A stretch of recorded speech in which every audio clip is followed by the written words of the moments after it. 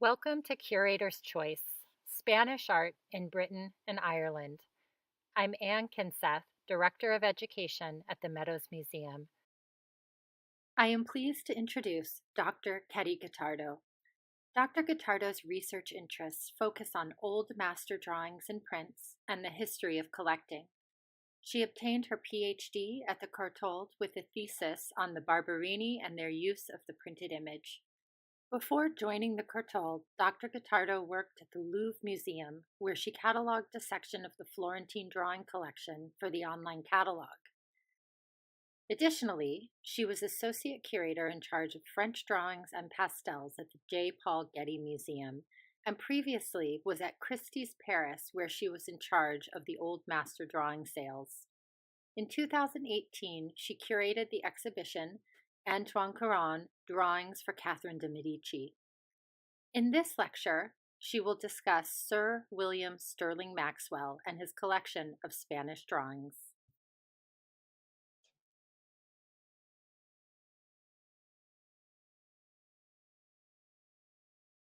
The Courtauld holds one of the most important collections of Spanish drawings in the United Kingdom, which includes a little over 100 Spanish works, the majority of which came to the Courtauld through the generous gift of Sir Robert Witt in 1952. Witt was an established lawyer who had collected an extensive number of drawings and over 20,000 prints. This included the works of artists of several European schools, the majority being English drawings and watercolors, with sadly only a few American works. Witt collected these works in a scholarly spirit with the plan that this collection would be donated to the newly formed Courtauld Institute, which was then located in Hume House in Portman Square in London, the former residence of Samuel Courtauld. Courtauld, Witt, and Lord Lee of Fareham had established the Courtauld Institute of Art in 1932 to provide training for art historians and museum professionals. Following the model on the Fogg Art Museum in Harvard, Massachusetts, the three men decided to create an art history institute where their collections would have a pedagogical purpose, where they would be used by teachers to train their students. To this day, this is still what the Courtauld Institute does. So to return to Robert Witt, his own collection was very much built with this purpose in mind, to foster the study of art history. And thus his intention was that his collection of works on paper would be a scholarly collection that should also be as much comprehensive as possible, representing all the schools and allowing students to identify the characteristics of a wide range of artists, though they were mainly European. For this reason, Witt bought, let's say, cheaply, never really trying to catch expensive masterpieces, but trying to really represent the full range of the European artistic panorama in the widest possible way. Nevertheless, some of the drawings that he bought cheaply at the time have now become really valuable. Together with his art collection, Witt also donated his extensive image library, which would become an invaluable source for students and scholars studying Western art. It would be an example that inspired, in fact, Helen Frick to establish the Frick Art Reference Library in New York. And in these images, you see how his image library was at his home on the image at the top, and now at the Courtauld Library. Typically, Witt acquired ensembles of drawings grouped together in portfolios, at auction, or through dealers. And thus he acquired a group of Spanish drawings from London dealers Parsons and Sons, who had bought them at the 1921 auction, where the son of Sir William Sterling Maxwell had dispersed the majority of his father's collection. Parsons and Sons were quick enough to sell the drawings separately one by one. Some of those which were mounted together were taken apart to make, in fact, a more profitable sale of individual sheets. Very meticulously, Witt recorded each price that he paid in his index cards, and thus we now know most of the prices he paid. For example, for this now anonymous landscape that you see at left, he paid almost £4, as this was previously thought to be by Murillo. Whereas for the drawing on the right-hand side, also by Murillo, it paid only £1.06. But who was William Sterling Maxwell, whose drawings Witt had acquired? He was a politician and was also the University of Glasgow's Dean of Faculties and later his Chancellor. He had amassed an extensive collection of Spanish art, most of which can still be viewed today at Pollock House in Glasgow, a residence which had been in the Sterling family since the 13th century. The University of Glasgow was gifted also his extensive book collections, while part of his art collection, including his drawings, as I mentioned before, were sold in 1921 by his son. Sterling Maxwell is best known for a 3-volume publication titled The Annals of the Artists of Spain from 1848, the first scholarly history of Spanish art in English, and the first book on art history to be illustrated with photographs, or more precisely actually with talbotypes, an early photographic process that was introduced in 1841 by William Henry Fox Talbot. Sterling Maxwell publication revolutionized the study of Spanish art in the UK, as it made it for the first time available in English. It was also the publication that determined the prominence of Velázquez and created his myth. In order to write his books, Sterling Maxwell traveled extensively through Spain, helped by the Handbook for Travelers in Spain by Richard Ford, published just a few years earlier in 1845. With this guidebook in hand, Sterling Maxwell traveled across Spain, and upon completion of his own Spanish Grand Tour, so to speak, he completed the Annals. This important contribution was determined by an approach that distinguished it from one that had prevailed until then, and that was used to see actually Spanish art as inferior to the Italian or dependent from it. Sterling Maxwell collecting activities increased after the publication of the Annals to include the drawings, paintings, sculpture, and also prints. His travels to Spain forged a friendship with Valentín Carderera y Solano, a member of the Real Academia de San Fernando, who widened his interest and especially allowed Sterling Maxwell to broaden his acquisition power, in particular in the field of prints and drawings. Carderera was a painter specialized in portraits, passion that he shared with Sterling Maxwell. He was also a collector of prints and drawings and had briefly trained with Francisco Goya. Hence, his privileged position that allowed him to secure some early impressions by Goya and also later some drawings. And we'll come back to this later on. His collection of prints and drawings, I'm talking here of Carderera's collection, was acquired by the state and is now in the National Library in Madrid. Carderera had also traveled across Spain to document Spain's artistic past. And while on these travels, he executed drawings and watercolors, or that he saw along the way. And I'm showing here just 2 examples of these drawings. As a member of the Central Commission for Monuments, Carderera was one of the pioneers of the protection of the cultural patrimony of Spain and published the 2-volume Spanish iconography and L'Espagne artistique and monumentale. In so doing, he was therefore well introduced to many opportunities for enriching his own collection, as well as those of his peers. Carderera's unique position, in fact, within the Spanish art establishment was pivotal as he supplied Sterling Maxwell with several works of art.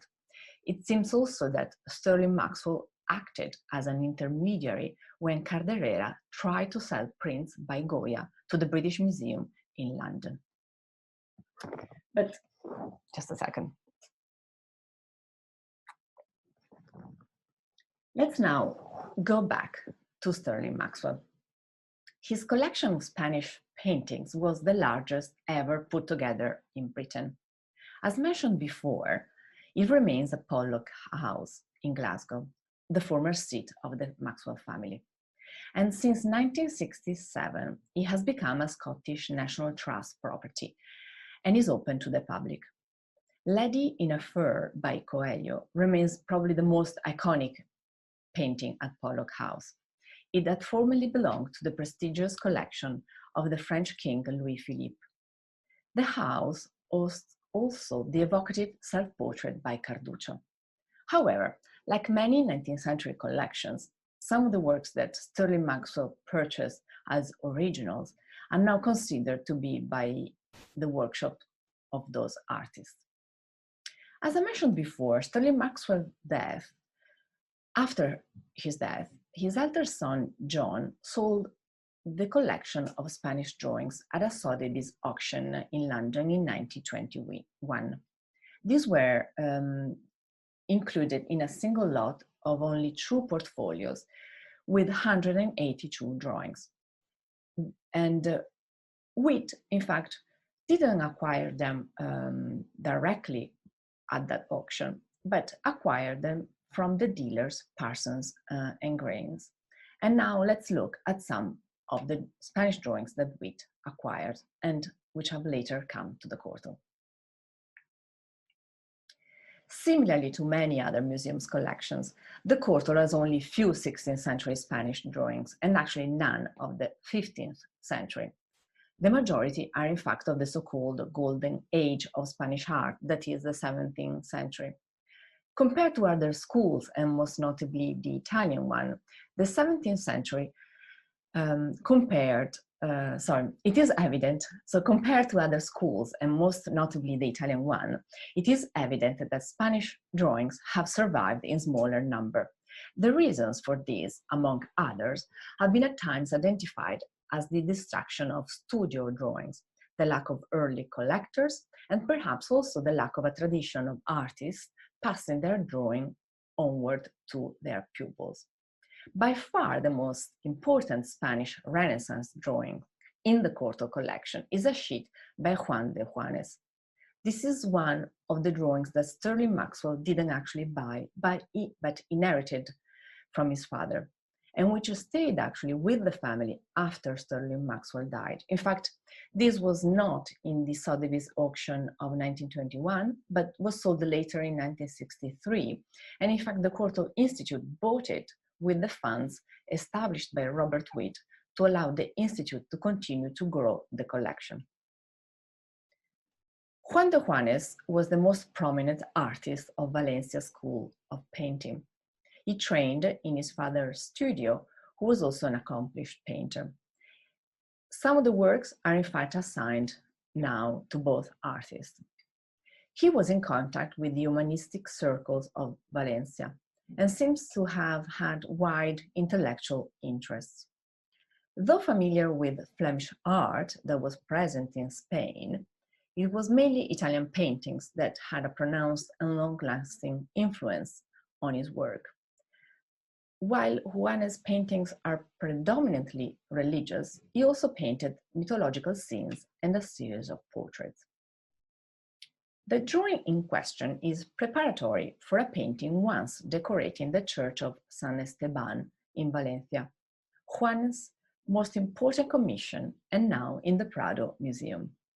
The painting is one of a group illustrating the life of San Stephen, Esteban in Spanish.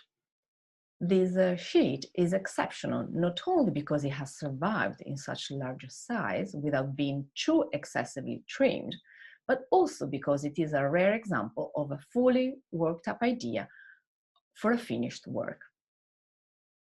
In fact, the artist has developed the same scene twice, and for ease, I'm splitting the drawing, let's say, in two with a red line, vertical red line in the middle to indicate the two repeated scenes, suggesting with these two slightly different variations in which the saint would be taken to the martyrdom, while finally settling in the painting for the solution seen on the left-hand side of the drawing. Though some details are retained from the composition drawn on the right-hand side, such as, for example, the legs of the executioner at the far right. The artist probably used the sheet folded vertically, beginning to draw the composition at right first, which actually you are seeing here at left on the screen, then unfolded the sheet to execute the drawing at left, and actually here at the center of the screen, slightly changing the composition and finally adding wash to the figures. In the painting, De Juanes would adopt elements from both drawings, with one significant change though. He removed the rope by which the saint is pulled in the drawing and replaced it with the tormentor pulling the saint's sleeve instead.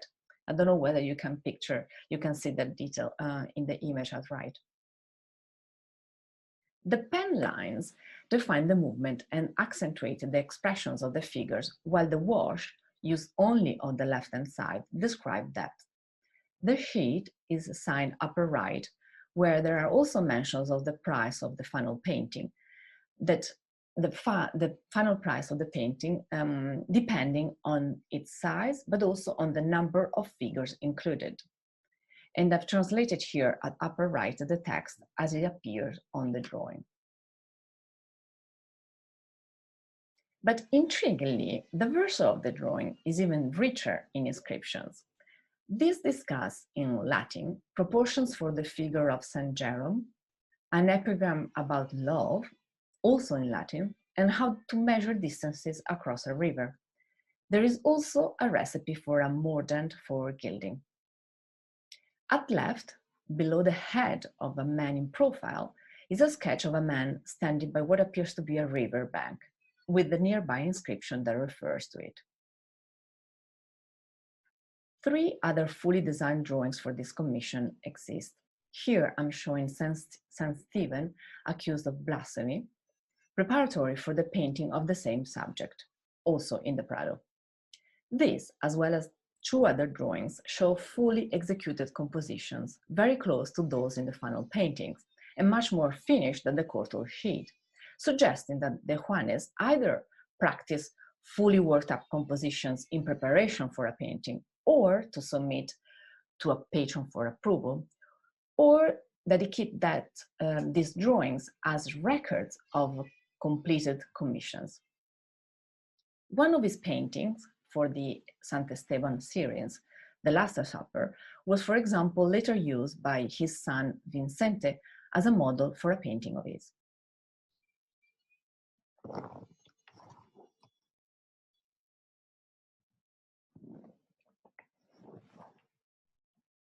Like most museums' collections, the Spanish drawings group at the Courtauld excels in 17th century works, with important sheets from all the major schools, such as Madrid, Valencia, and Andalusia.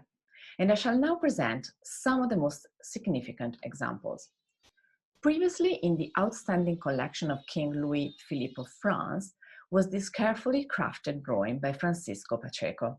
Pacheco is probably still best known for having been the teacher and father-in-law of Velázquez, and for writing The Art of Painting, which was a fundamental source for 17th century artistic practice in Spain, and has become an important element in the study of art in Spain ever since. Pacheco's drawings are frequently dated and very precisely with indication of day, month, and year, and the practice of dating the sheets was frequent also in his workshop. The Courtauld drawing is no exception at all. It was dated by the artist at the bottom of the page, 23rd of October, 1632. Similarly dated and executed are two more drawings in the collection of the British Museum in London, representing the evangelists John and Matthew. The 4th evangelist is apparently missing. The drawing's meticulous lines, the clarity of the compositions, and the mention of the date of their, the date of their completion, would suggest that there was a clear purpose for this group, and one would easily be led to imagine that they could have been executed for a series of prints, but no such prints or no finished paintings are known. The precise design of these drawings, these are in fact not quick sketches, but really carefully crafted drawings, would imply their use by Pacheco's pupils, such as Diego Velázquez and Alonso Caño, who would have, they would have normally have access to them and have been inspired by these examples. And here, for example, I'm showing Velázquez's own St. John, a painting now in the London National Gallery, which was clearly inspired by Pacheco's own drawing. And furthermore, we know Pacheco made copies of his own drawings to provide material for his assistants. I'm showing here two other drawings of Saint Ines and the Crowned Virgin and Child, which show similar characteristics, and also a dating at the bottom of the sheet, with again day, month, and year. The dates of the three evangelists are curiously spread, though, as if, and I wonder, and I have not been able to explain yet, if Pacheco had planned the whole series in advance, which would seem quite logical if one starts drawing an evangelist to imagine that there will be probably the other evangelists also at some point. It would be hard to imagine that it took this talented artist 2 or more weeks to execute each drawing. But at present, as I said, we have no clue about this. Vicente Carducho has pride of place here in the group of drawings from the Madrid school. In his Christ carrying the cross, we observe Carducho's formal Italian training.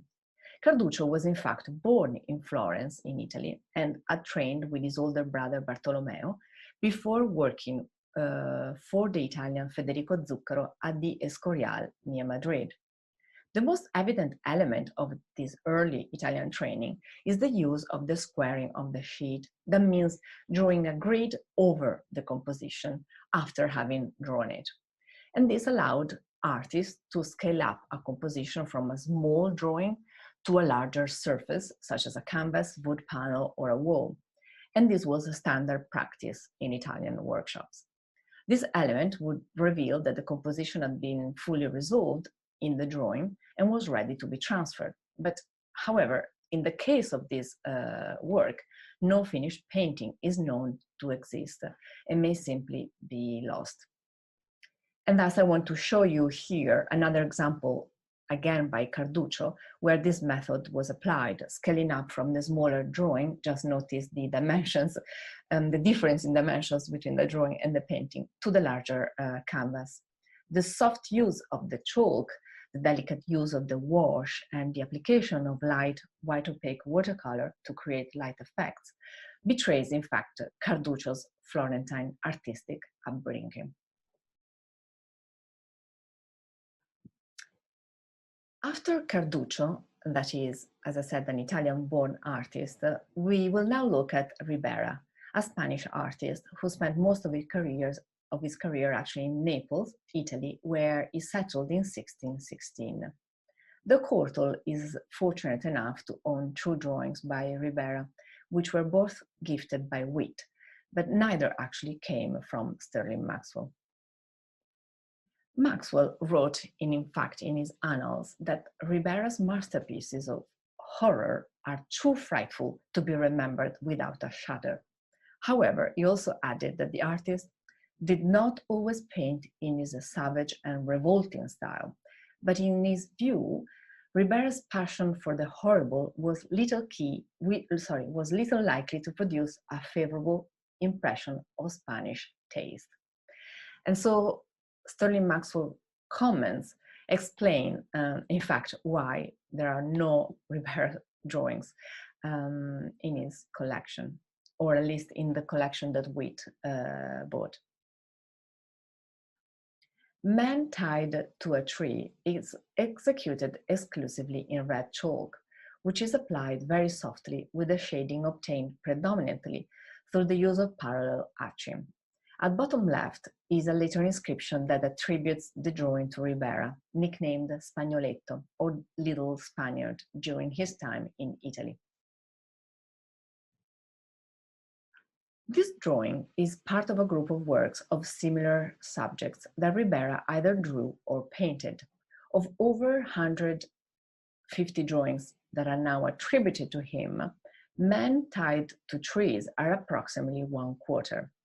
About half of them represent male saints. Sometimes there are keys to their interpretation as saints. Often they have been interpreted as San Bartholomew, for example, who was flayed alive, or San Sebastian, who was shot with arrows but who survived. Observing carefully the drawing in Cleveland, it is in fact evident that there are no arrows, and thus this identification is hard to accept. This is equally true of the Courtauld sheet. Previously identified as San Bartholomew, the figure is in fact lacking any attribute, and especially lacking the knife that was used to flay San Bartholomew alive during his martyrdom. In this, as in other drawings in this group, Ribera's main interest seems in fact to have been in defining the position of the limbs and definition of musculature. If we observe the position of this figure, the man is somehow implausibly tied up on the tree, dramatically gesturing with his right arm and crossing quite improbably, I would say, his left leg over his right leg, which I bet would have been a difficult position, honestly, to have and to keep. It becomes evident, in fact, when the image is turned at 90 degrees, that this would have been a position that Ribera could have easily observed at the academy, where a model would have posed lying down on the ground. Only subsequently, Ribera would have placed the figure on this imagined tree. When viewed in this way, the figure reminds, in fact, one that Ribera adopted in other works, such as, for example, the martyrdom of San Bartholomew in the Palazzo Pitti in Florence. The position of their arms is the same, and the position of the legs is, in fact, the same. These drawings allowed him to capture the figure in distinct attitudes and to study it from different viewpoints and orientations, exploring all the possible variations. As it was suggested, in fact, by Edward Payne in the Art of Violence exhibition, Ribera was very likely influenced by the celebrated antique sculpture of Laocoon, which Ribera knew. This powerful sculpture, which had a long-lasting influence on artists and was copied by many, is all about the depiction of bodily constriction and the strong expression of pain. However, the difference with Ribera's drawing is actually the melodrama rather than the expression of real pain that is expressed by the gesture of the bound figure. It has also been suggested, and was the subject of the Art of Violence exhibition, that the idea of men tied to trees reflected themes of violence, torture, and pain, in which Ribera would have witnessed while living in Spain and in Italy. In particular, scenes of the strappado, a torture that involved tying the hands of the accused behind his back and then hanging him by the wrists. This really cruel affliction was practiced under the Inquisition rule by both religious and secular tribunals. In the Providence drawing that I'm showing, the two inquisitors are waiting for the captive to confess, while the immense pain suffered by the defendant has an unexpected result, which I will not describe, as I'm sure you can all see. What is also unsettling in the Courtauld drawing is the presence of a second man in the lower right corner, appearing totally unaware of what is actually going on behind him. He doesn't seem to be simply seated on a low stool, but actually to be defecating. Observing closely, we see that his breeches are lowered, and we distinguish the profile of his rears. His leaning forward position would actually confirm this. It has been suggested that in drawing this figure, Ribera would have recalled a very similar one by the French artist Jacques Callot of about the same years. But the details of Ribera's figure seem to have been observed from life instead, as was the case with the drawing in Providence that we saw earlier, in which the body under immense pain released. body fluids. This type of genre scene was common in the works of a group of northern artists working in Rome called the Bamboccianti. Peter van Laer, who was the most prominent figure in the group, often inserted similar scenes in his paintings. And just as an example here, I'm showing a print after his famously lost painting called The Large Lime Kiln, where above the roof of the kiln is a man urinating, and on the ground behind the kiln is one evacuating.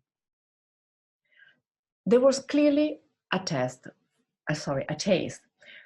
for this type of scenes, believe it or not, as these paintings, drawings, and prints had a market, in which even Rembrandt took part in about the same years.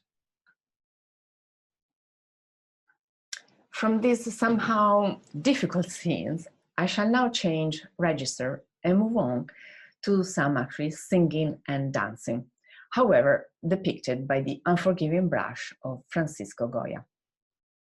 Cantar y Bailar, or Singing and Dancing, is the title of the only drawing by Goya in the Courtauld collection, which is fortunate to also own a painting, the portrait of Don Francisco de Saavedra.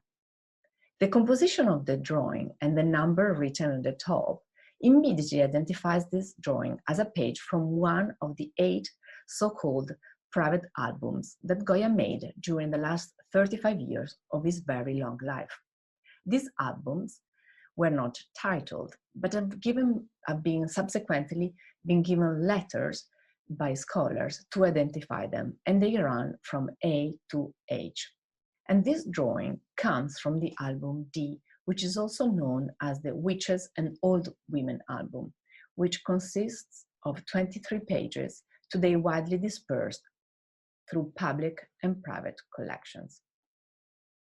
One sheet entered, in fact, the Meadows Museum just 2 years ago, and is also the only drawing, if I'm not mistaken, by Goya in that collection.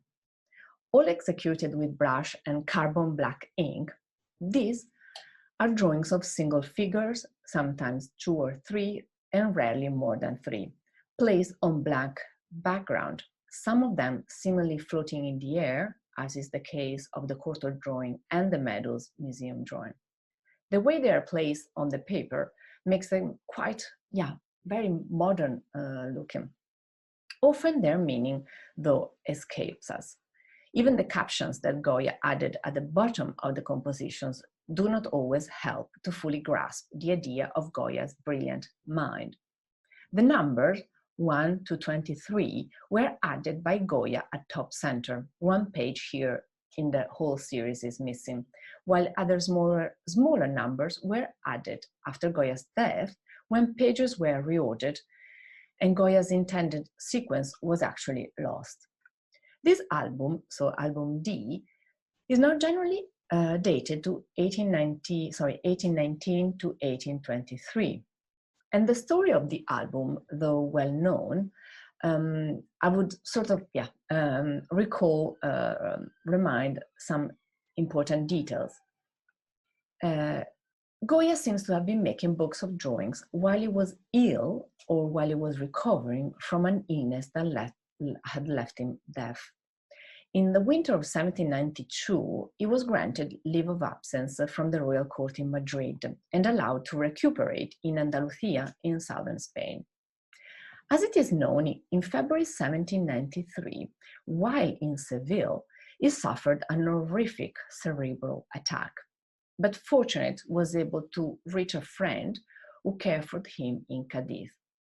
Because of his condition, he could not easily work on a larger scale, and therefore took on painting instead small pictures for private collectors.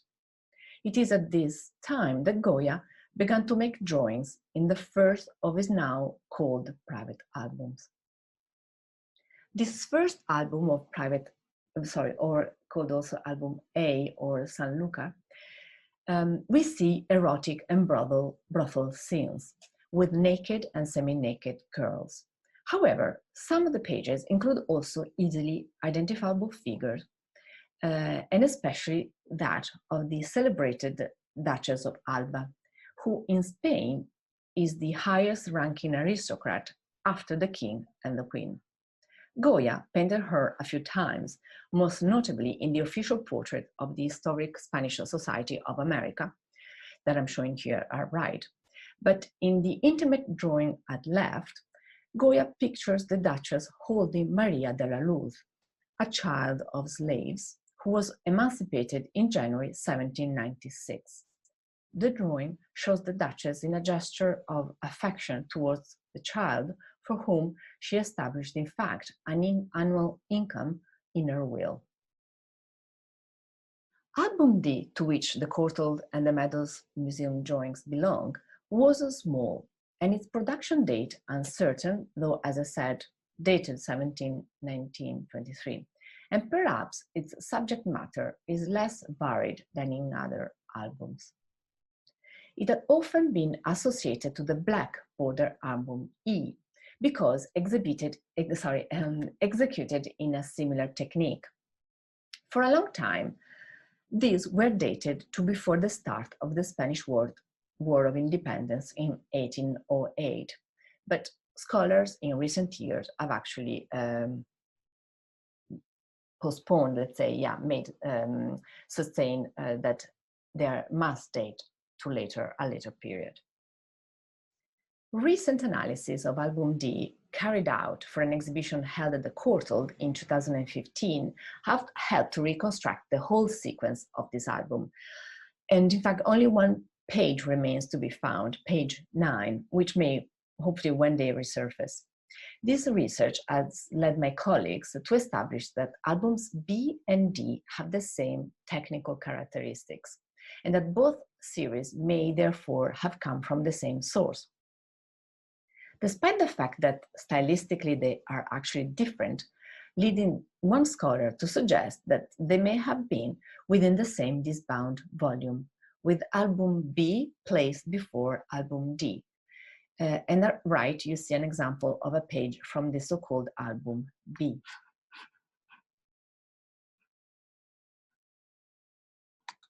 Sorry.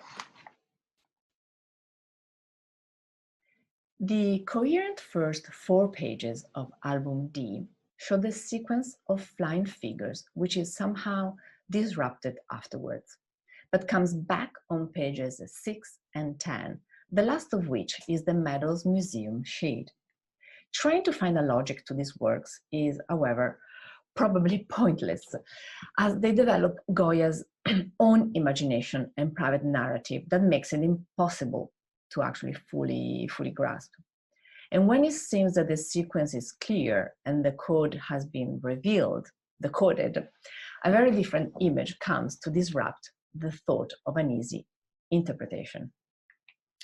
This process of changing ideas and distributing ideas through his calculated captions is also often disrupted when Goya erases or overrides the titles, such is the case with page 1, for example, where he altered the caption by adding the word vision. As noted by Juliet Wilson Barrow, Goya's titles for album D are among the least explicit of Goya's graphic works. In one of his travels through Spain in 1849 in Madrid, Sterling Maxwell visited Goya's son Javier. This was 21 years after Goya's death. In a letter, Sterling Maxwell mentioned that he saw there a volume of perhaps 200 sketches, the first page of which was occupied by Goya's self-portrait at the age of 40, which is today actually in the collection of the Metropolitan Museum in New York. Specifying this portrait was done after Goya had returned from his trip in Andalusia that had made him ill, deaf, and then very ill. Sterling Maxwell commented also on the unusual and dirty subjects, as he called them, of some of these drawings. And he also mentioned seeing some original drawings that were made in preparation for the engraved caprichos. This, so Sterling Maxwell testimony, and another one, this time addressed to Valentin Caderera, proved that Goya's son had kept many of the albums of his father. He was later, with the sale of Goya's estate by his own son Goya's grandson Mariano Goya, that the albums were dismantled and reassembled, and some of the original sequence was therefore lost. Valentin Carderera would come to possess some of the works. The majority was owned, however, by the artist Federico de Madrazo and his brother-in-law. One album passed from Madrazo to his grandson Mariano Fortuny and was later bought by the Metropolitan Museum in New York in 1935. This is the only album, though not strictly made by Goya, but reworked by Madrazo, that had survived intact until 1935, when the drawings were later removed from their album pages. Scholars have for a long time been unable to ascertain whether Goya had drawn the drawings on single separate sheets or in bound albums. It was in fact Eleanor Sayer, in her groundbreaking article of 1958, who first suggested Goya had used bound sketchbooks. But she had also proposed that the artist could have first drawn them using single sheets and only later positioned them in a desired sequence before finally numbering and putting them in albums.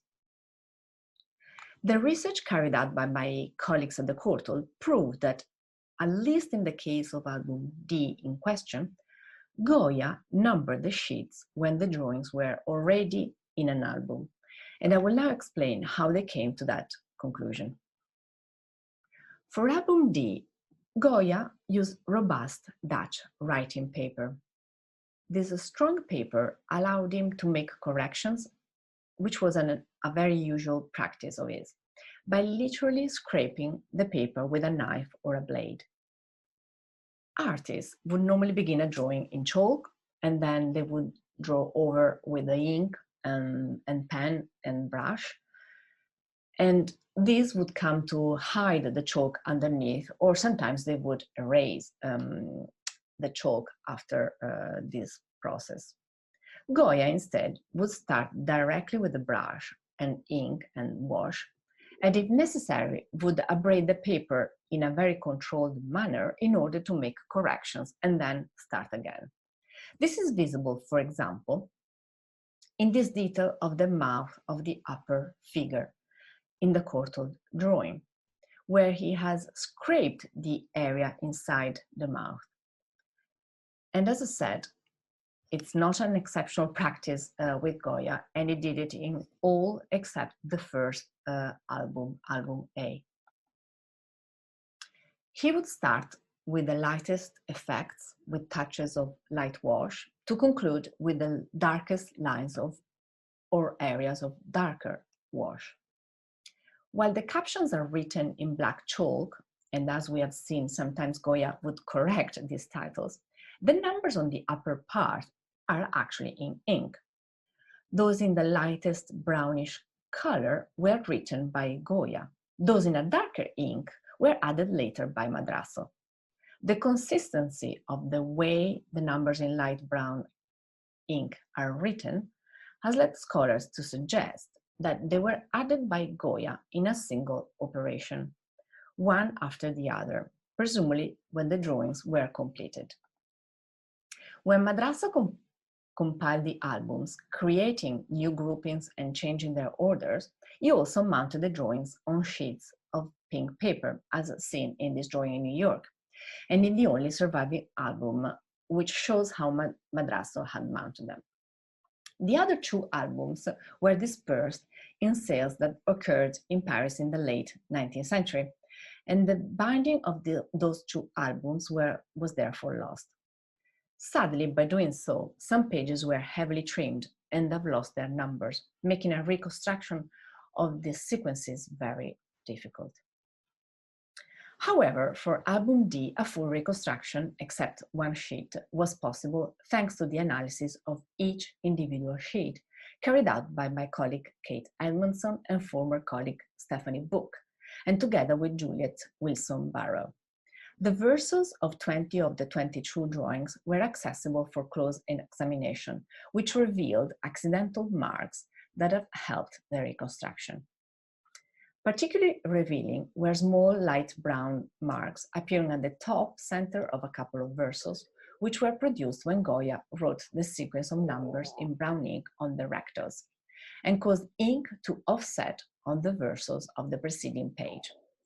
This reveals that when Goya added these numbers, the drawings were already inside the bound album and not as loose sheets, thus uncovering an assumption that until then had not been confirmed.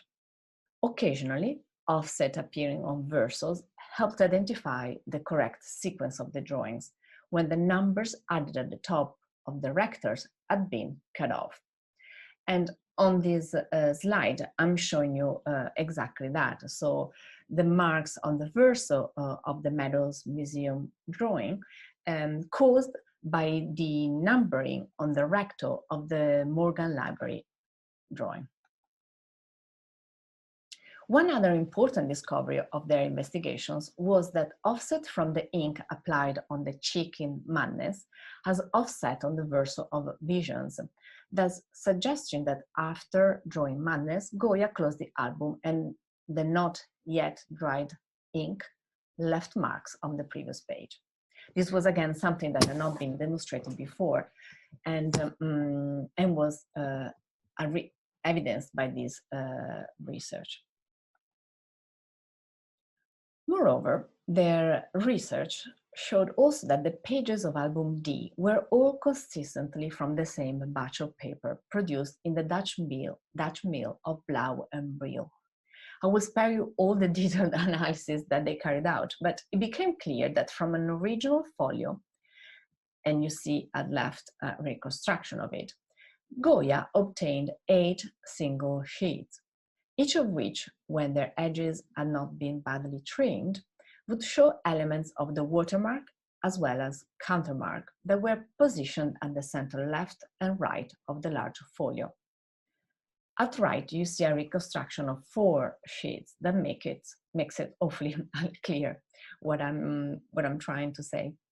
Yet, because the edges of some sheets have been heavily trimmed and their numbers lost, and in the absence of offset marks on their versos, the position of 2 drawings within the whole sequence of 23 drawings remains tentative.